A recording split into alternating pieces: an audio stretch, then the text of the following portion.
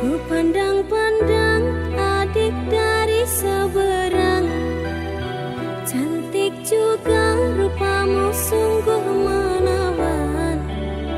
Bolehkah abang bertanya, apa adik ada yang punya?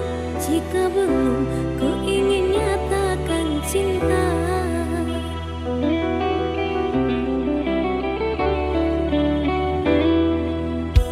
Jauh sungguh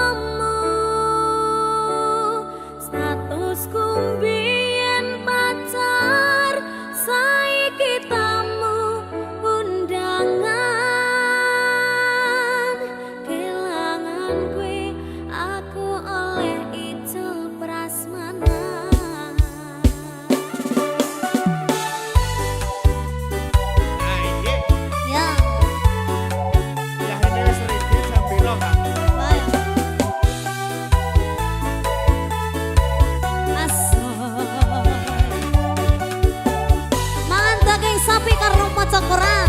Terus Tak kira dirapit jebol tamu undangan.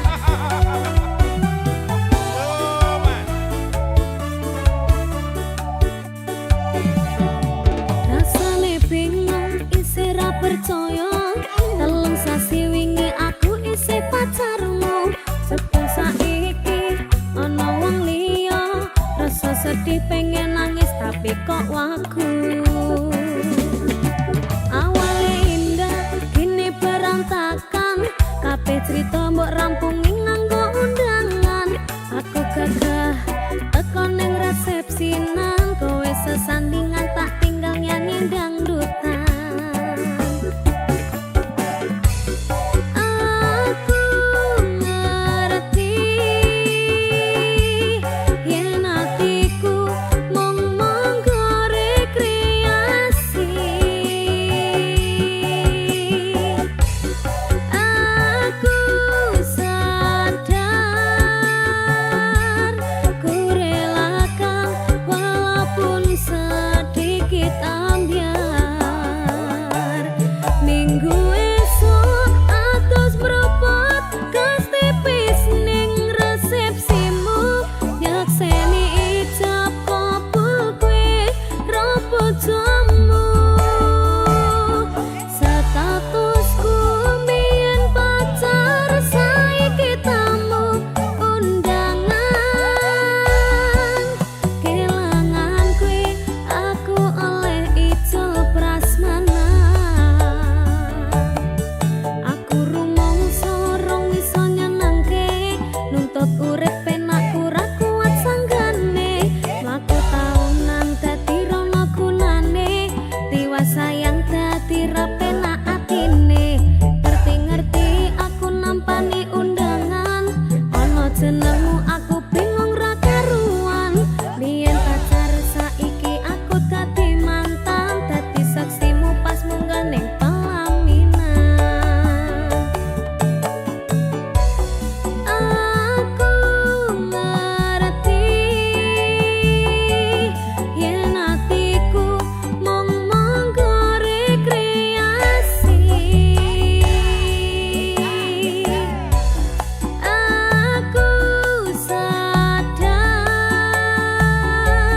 ku relakan walaupun sedikit ambiar. Minggu esok atus merepot gas tipis ning resepsimu. Nyakseni ijab kabul kue robo jamu. Statusku mbiyen pacar saiki tamu undangan. Kelangan kue aku oleh ijol prasmanan. Aku rumangsa rong iso nyenengke. Nuntut urip penakku ra kuat sanggane. Mlaku taunan dadi rono gunane. Tiwas sayang dadi ra penak atine. Ngerti-ngerti aku nampani undangan. Ana jenengmu aku bingung ra karuan. Biyen pacar saiki aku dadi mantan. Dadi saksimu pas munggah ning pelaminan. Ya, aku ngerti yen atiku mung monggo rekreasi.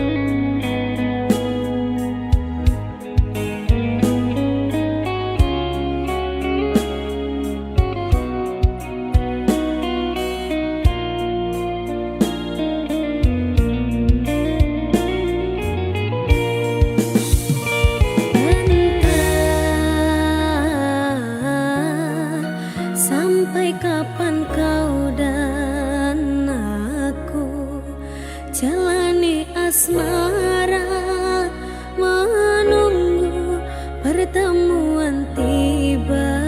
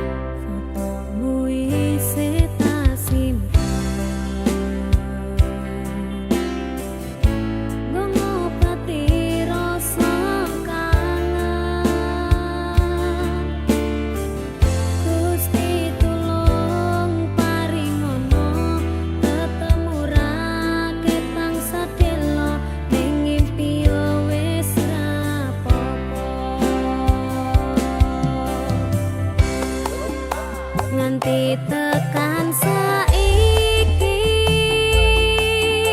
kowe ning ngendi aku ora ngerti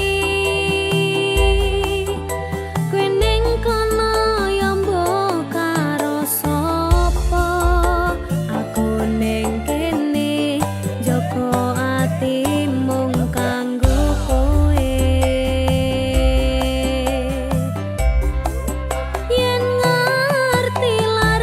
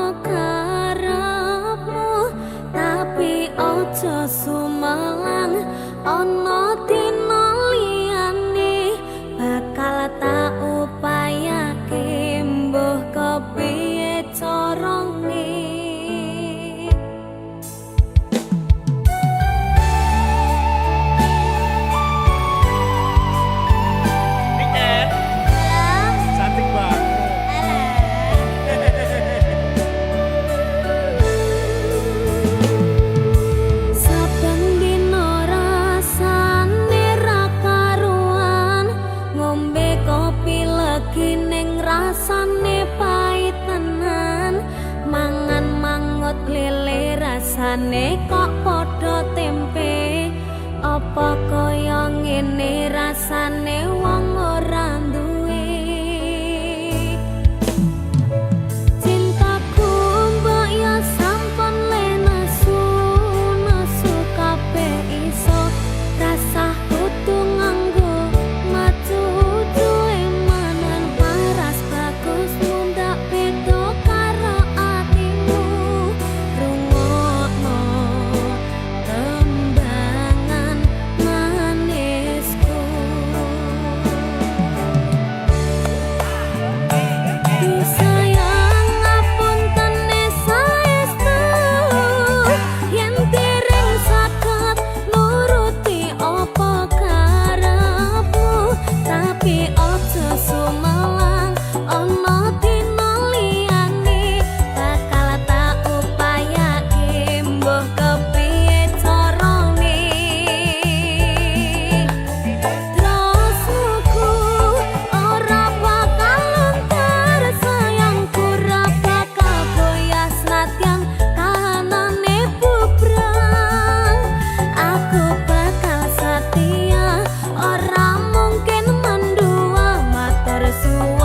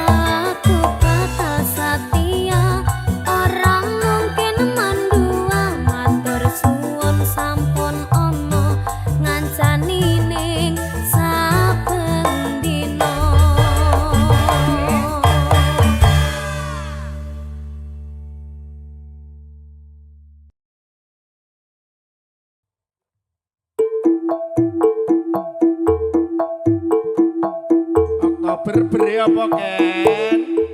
Berpasangan, berpasangan, berpasangan. Janji kokoh, janji kokoh, janji kokoh.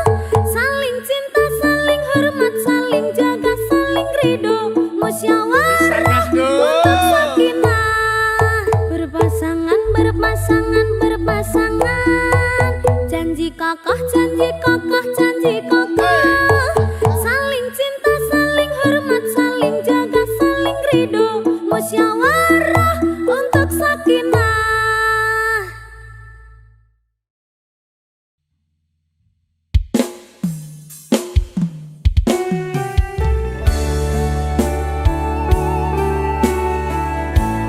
Aku wis hafal tembok sakinah lho. Ya, ana tembok pramuka apa lho Ran? Ora.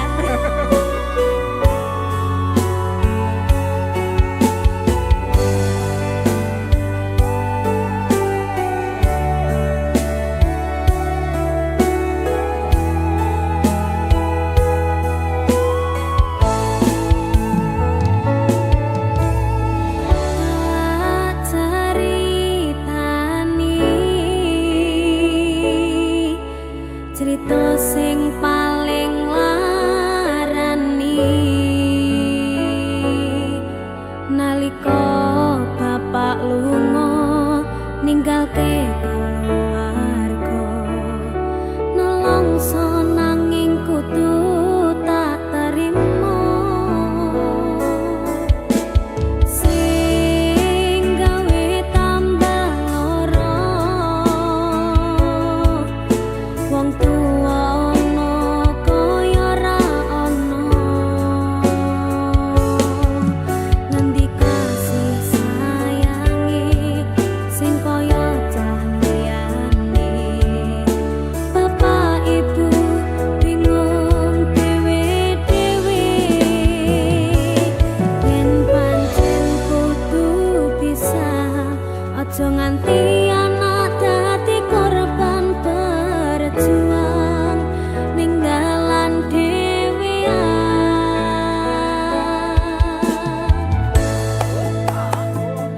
ora ana sing njaluk dilahirke nang keluarga sing kaya ngene tak tampa omonane kabeh kahanane yen pancen ngene iki takdire kudu iso kuat galungane marga ra disangga wong tuwane kudu iso ngadeg dhewe ra ono cekelane ngene men anak sing rusak omahe. Iki Ken, Halo, tembok sakinah apal to? kapan? Lah mau ngecane kuwi kapan? Kapan? Dipikir sih, egone wong tua abot. Oh iya. Apa meneh lagu iki? Ayo, kaya lagu iki lho. Kayak kisahku. Alah, meneh kabeh kisahmu kabeh.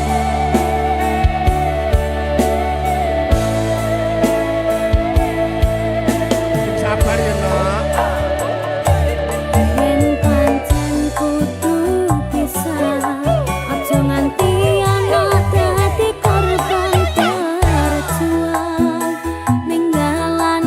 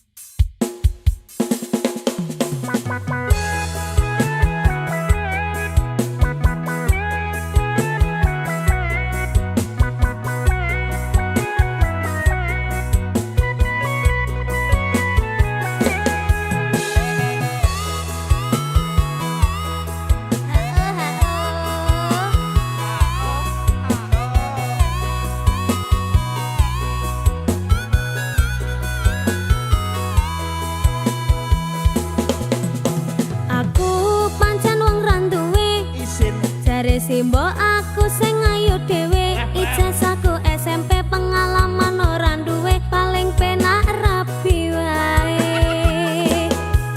Aku rapi, aku kenal cowok, kenal cowok irunge rada sempok, setengah tua iki awak lagi bosok, raleh duwe saka Simbo pengen nyambel renek Lombok. Kamu cakep bikin aku penasaran, oh ya kayak artis yang turun dari sedan.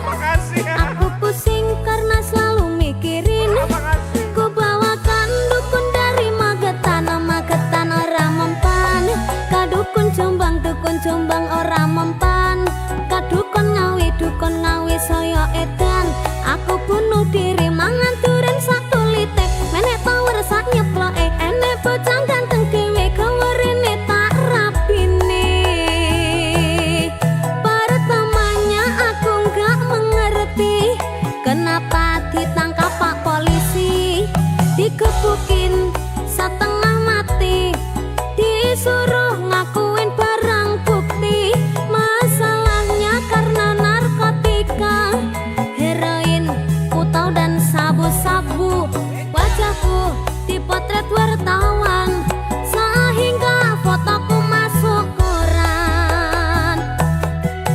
Jangan bung, jangan menghisap sabu, larangan agama.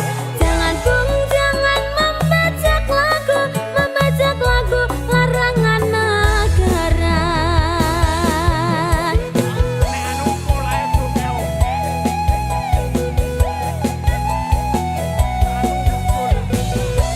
Kali rangga sabu tak.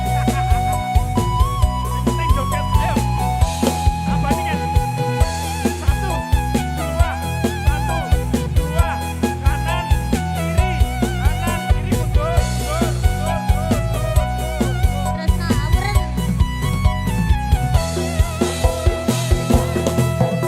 Aku pancen wong ra duwe, jare Simbo aku sing ayu dhewe, ijazahku SMP pengalaman ora duwe, paling penak rapi wae.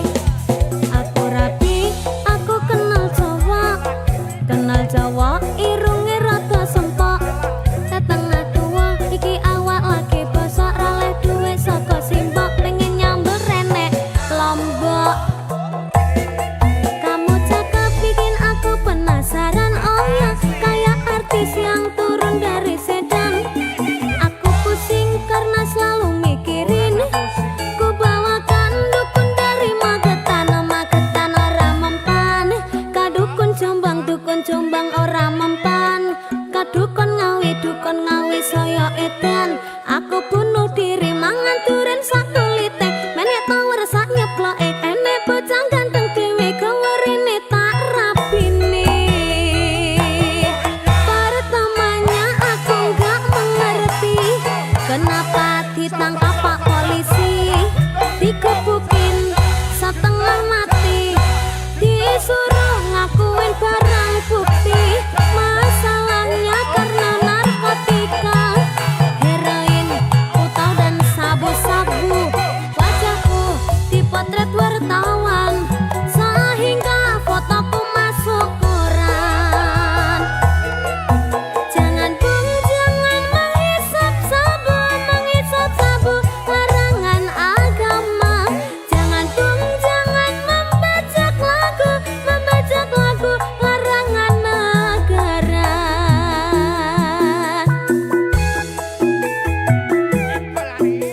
Gila gini nyanyi soro ya Mas.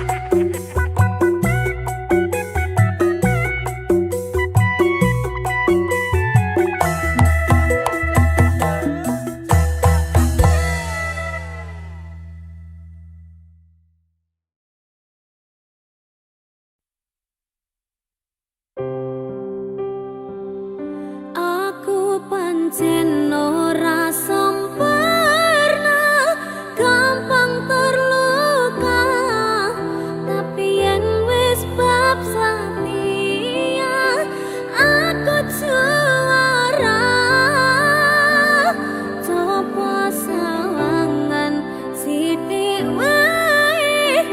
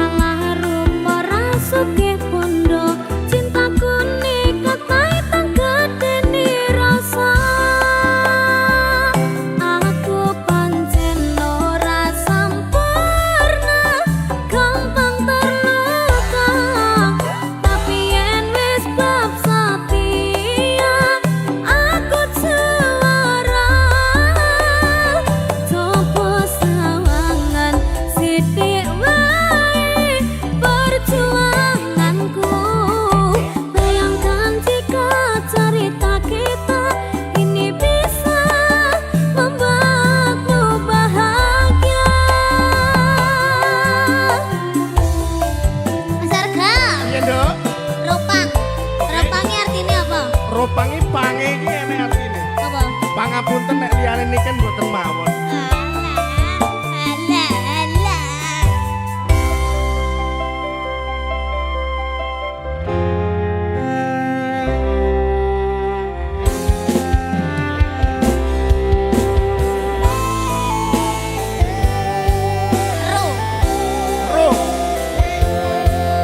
Roda itu pasti berputar. Ora rondo panguripanmu. Kenapa wong kere selalu dicampakan? Membuat hatiku aja remuk kau abaikan. Tahunan kepikiran selalu terbayang-bayang. Meski disepelekan ku coba mengusahakan. Serumos rene ku berjuang, cintaku takkan pernah latah. Kowe tetap tak sanding, rasaku tak berpaling. Aku tiada tanding, ku pastikan happy ending.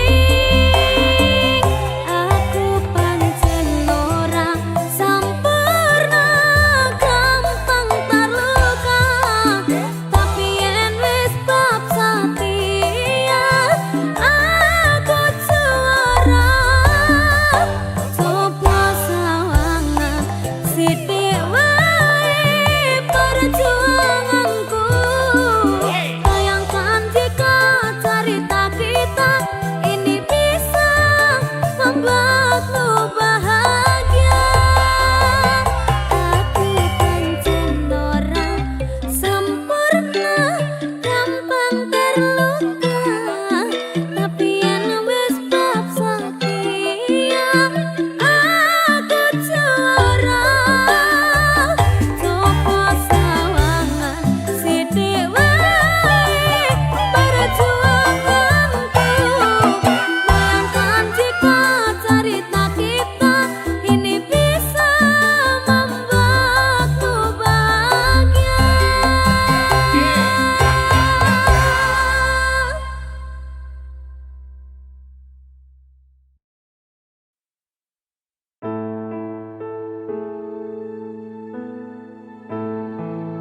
Sing wingi yo wingi, kudu wong liya ning mburi wis nguwatke ati. Ngapurane sayang, ora tak baleni, warani atimu sing suci.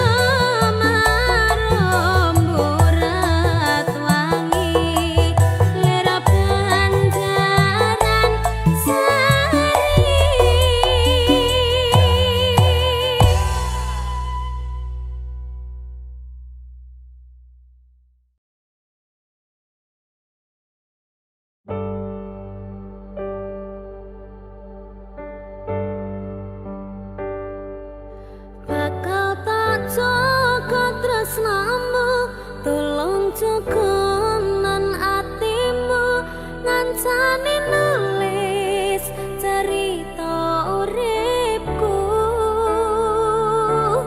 yo mung kowe ning atiku ra ono liyane selawase bebarengan tekan patine.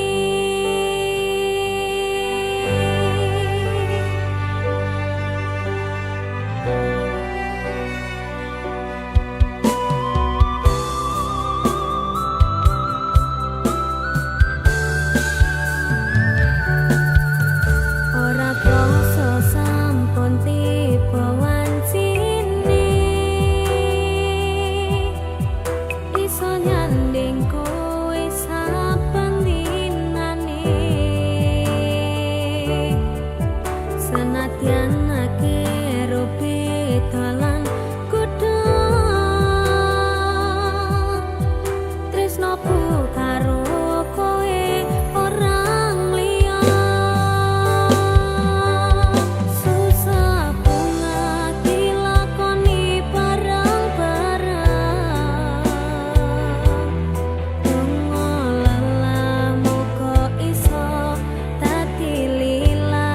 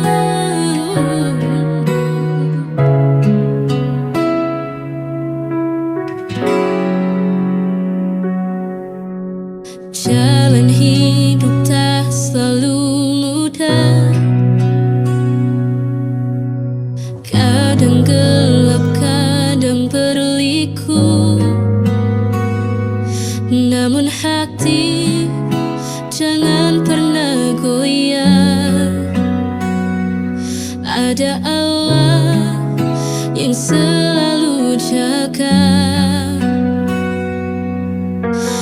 Meski banyak masalah datang, namun takkan meruntuhkan jiwa,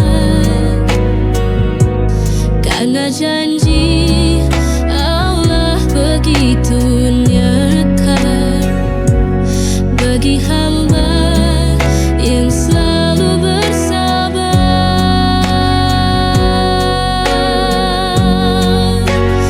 Apapun yang terjadi, kan kita hadapi bersama. Selama Allah bersama kita, semua akan baik-baik saja.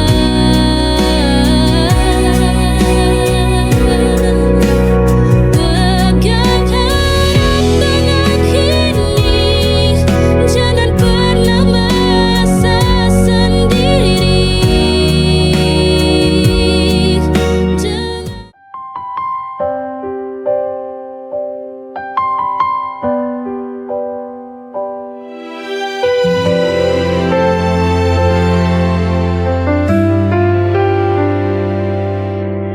Hidup tak selalu mudah, kadang pedih, kadang lelah. Namun kita jangan menyerah.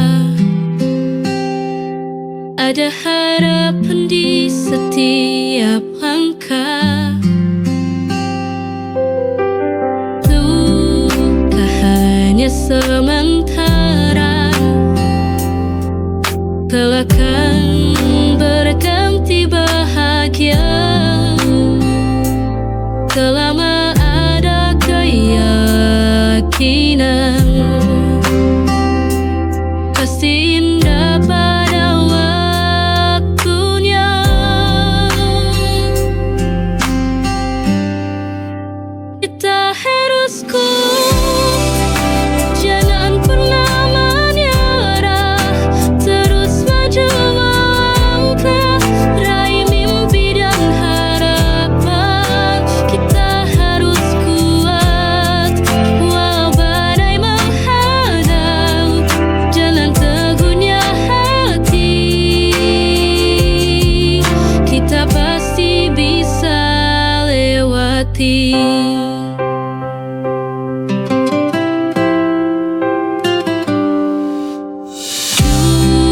Duka hanya sementara, kelak akan berganti bahagia. Selama ada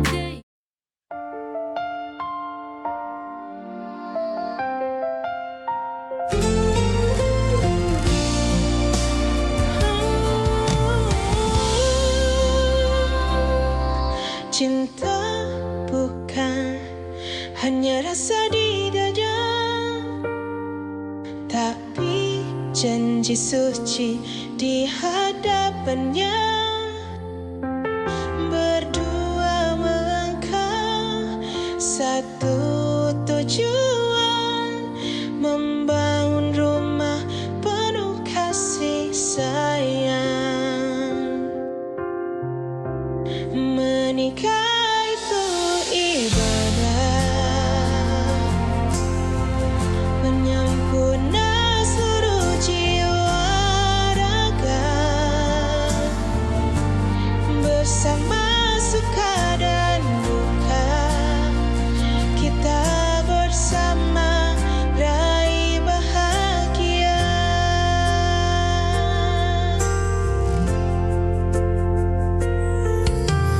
Tak selalu indah, kadang ada air mata, namun cinta sejati tetapkan bertahan.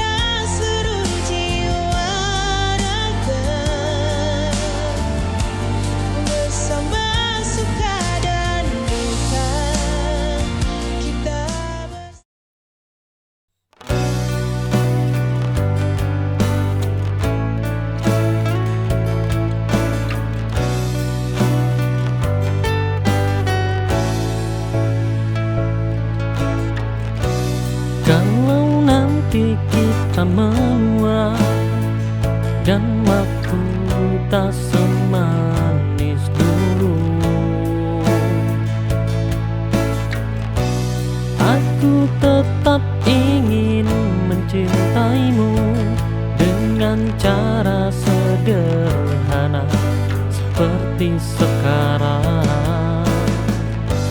Tetap di sini, tetap dekat, karena kamu adalah tempat. Tak perlu janji besar, cukup saling bertahan. Karena cinta bukan cepat, tapi siapa yang tetap.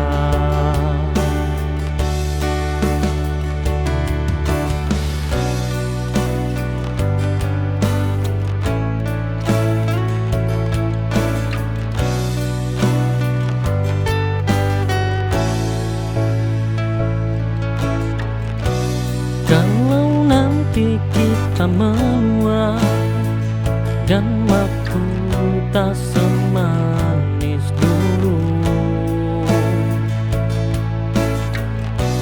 aku tetap ingin mencintaimu dengan cara sederhana seperti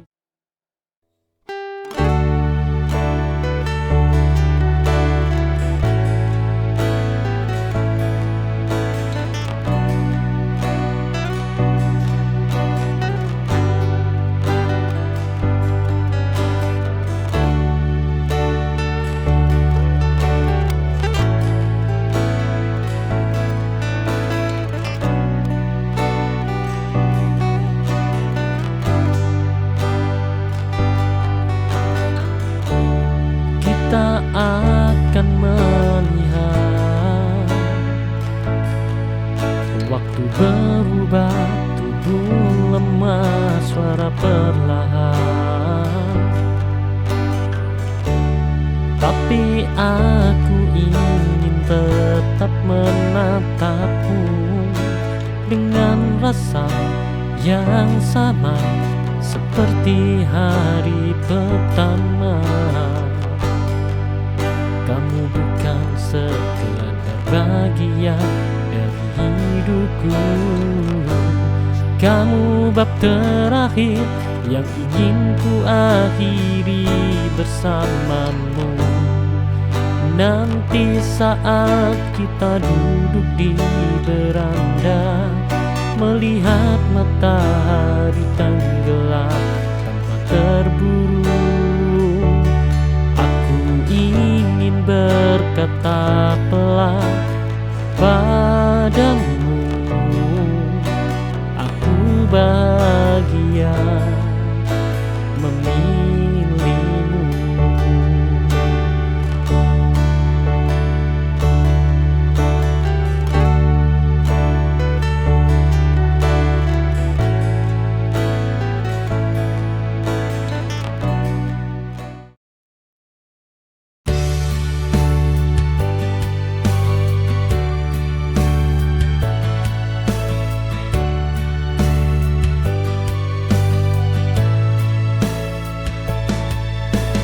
Aku mulai pulih perlahan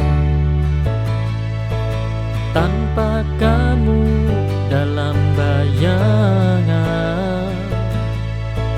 Sendiri bukan berarti hampa, hanya belum menentukan yang tepat.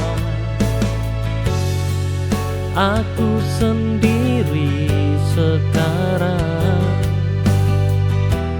tapi tidak lagi hilang.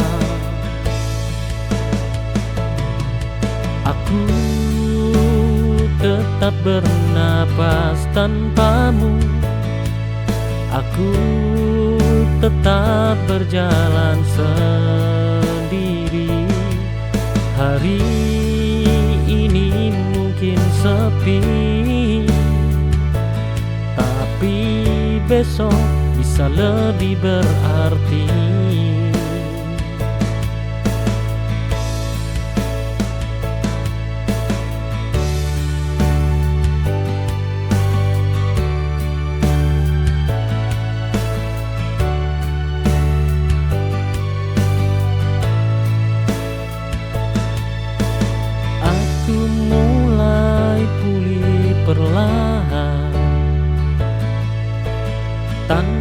kamu dalam bayangan. Sendiri bukan berarti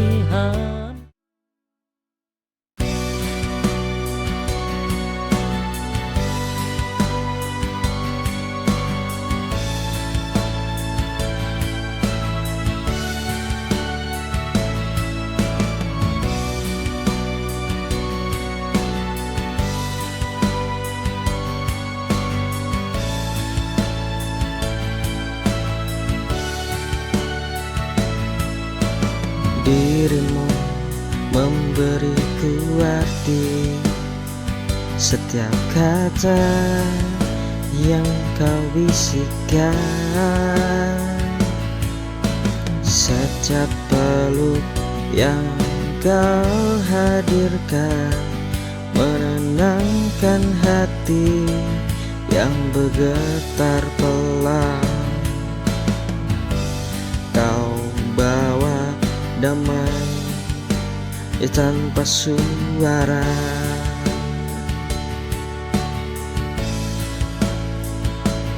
menjadi tempatku bersandar saat lelah. Kau sandaran di jiwaku saat semua terasa tak menentu. Pelukan hapuskan semua ragu, kau satu-satunya yang aku mau dalam hidupku.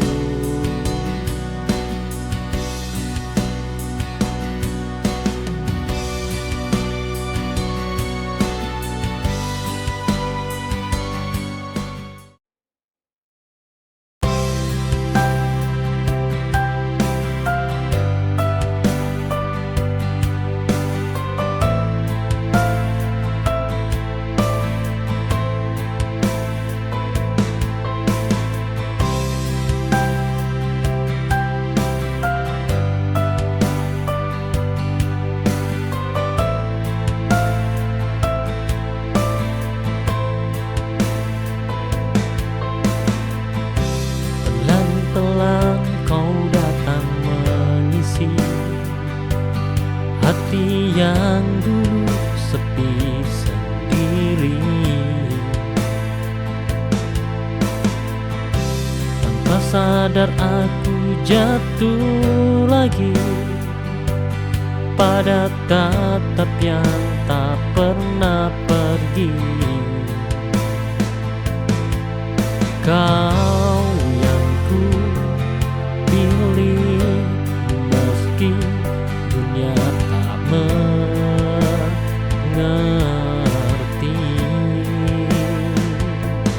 Cinta ini nyata bukan sekedar mimpi. Oh, tetaplah di sini, genggam tanganku, meski badai mencoba meruntuhkanmu. Karena cintaku bukan hanya kata, tapi seluruh jiwa yang ingin bersamamu.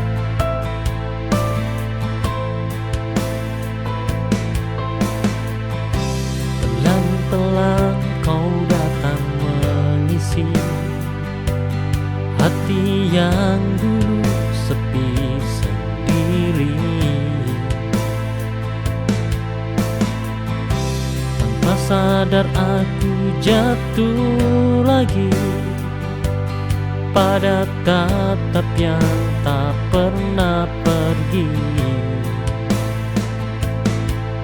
Kau yang ku pilih meski dunia tak mengerti.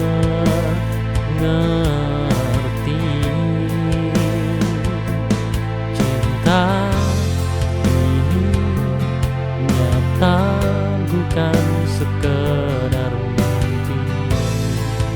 Oh,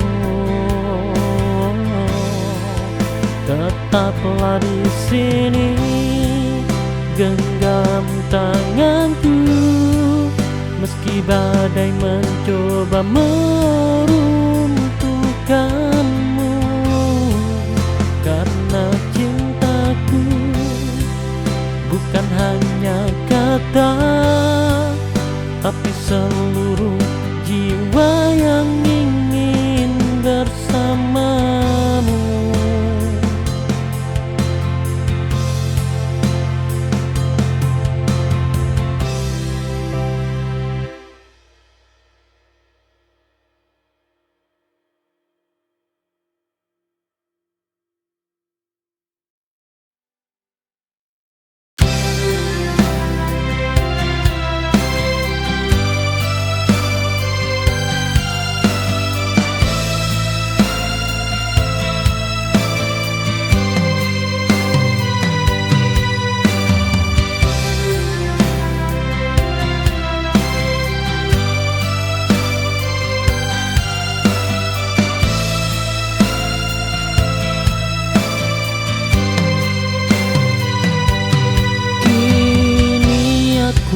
Tak berlebihan dalam menaruh harapan. Ku pelajari luka lama agar tak terulang.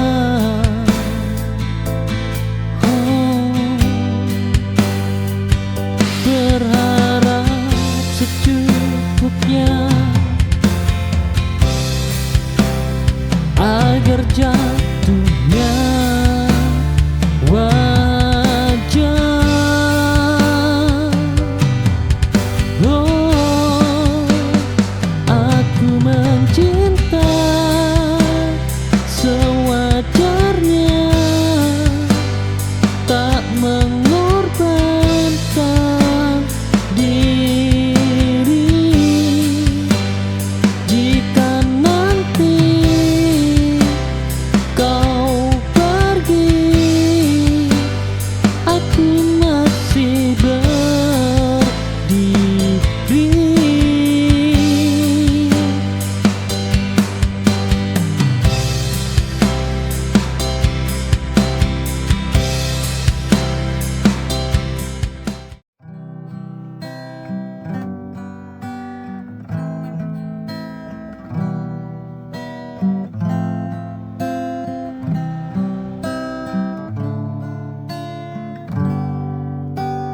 Di sepi malam aku termenung, menatap bintang di langit kelam, bertanya dalam hati yang rapuh, mampukah aku bertahan tanpamu?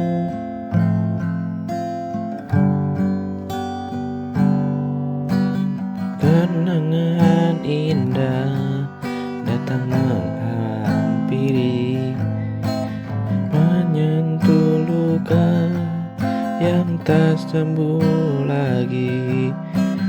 Ku coba melupakan semua, tapi bayangmu selalu ada. Mampukah aku melangkah sendiri tanpa dirimu di sisiku lagi. Tuhan tunjukkan jalan yang terbaik. Bila memang bukan Dia